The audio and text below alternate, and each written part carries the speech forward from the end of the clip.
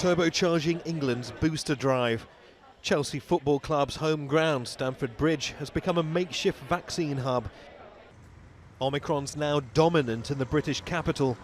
This is a race against time to protect people from serious illness and safeguard the National Health Service and businesses bracing for new restrictions. It's really important Londoners understand how serious things are. The best thing Londoners can do is to get both vaccines and the booster.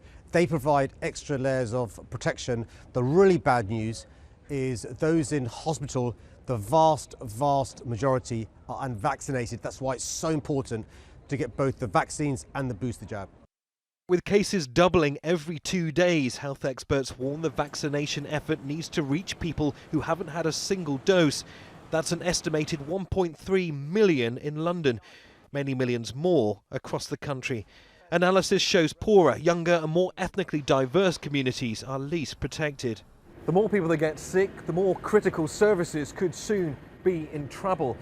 There are currently so many staff at this one London hospital trust who are down with COVID and away from work that they've had to draft in extra help from elsewhere just to man the hospital's accident and emergency unit.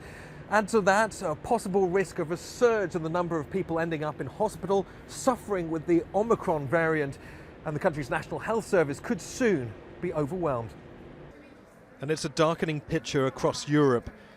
Ireland's introduced an 8 p.m. curfew, and Dutch health experts are advising tougher measures there.